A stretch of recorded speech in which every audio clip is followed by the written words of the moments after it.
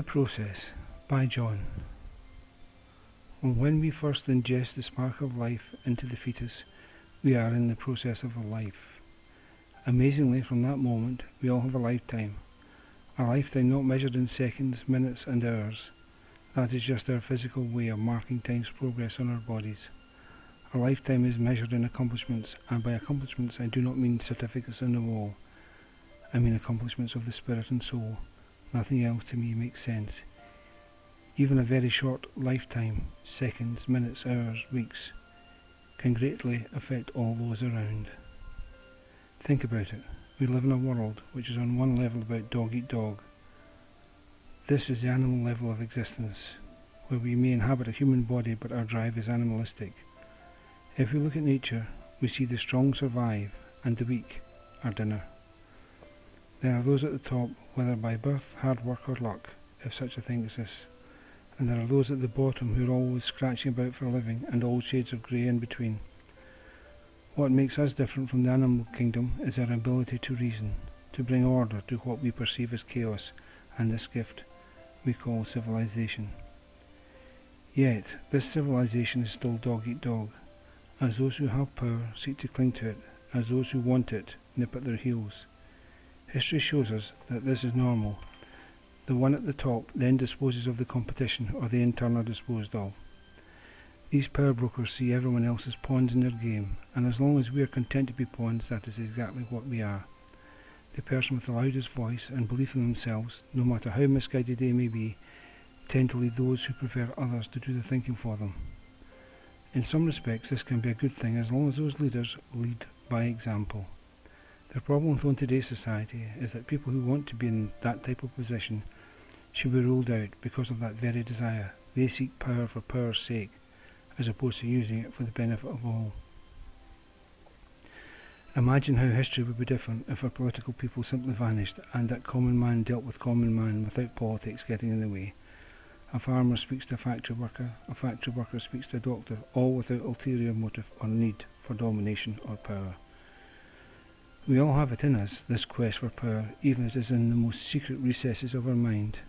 Yet, there are those who recognize that true power does not come from dominating others. Rather, this power is within.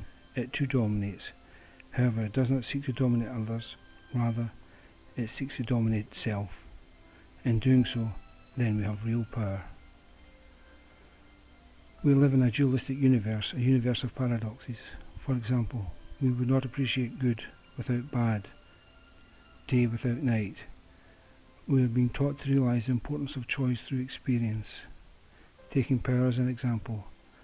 By not seeking power, either financially or physically, living in the is as opposed to I want, I need, one cannot be controlled by another. One has complete power and choice over oneself. Even with death, one then has choice. Neither seeking or avoiding death, one is not influenced by death, and consequently time. This is living in the is.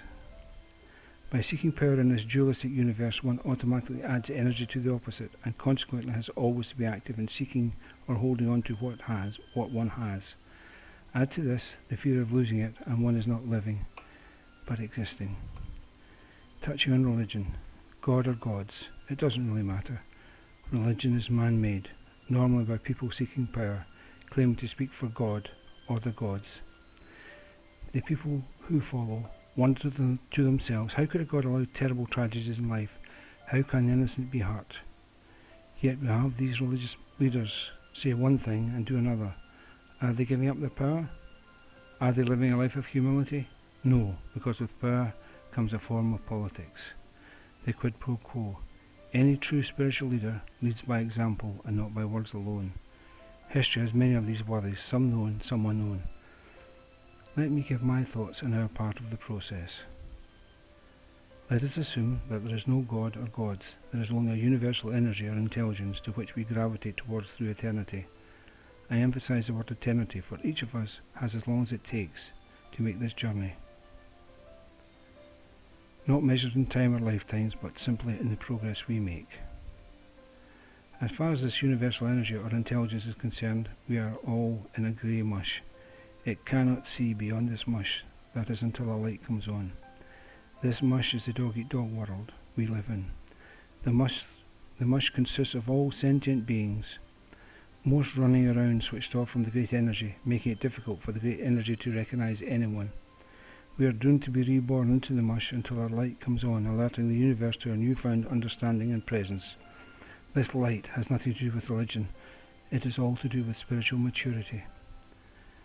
Imagine, if you will, a garden. There are no plants. There is only fertile soil.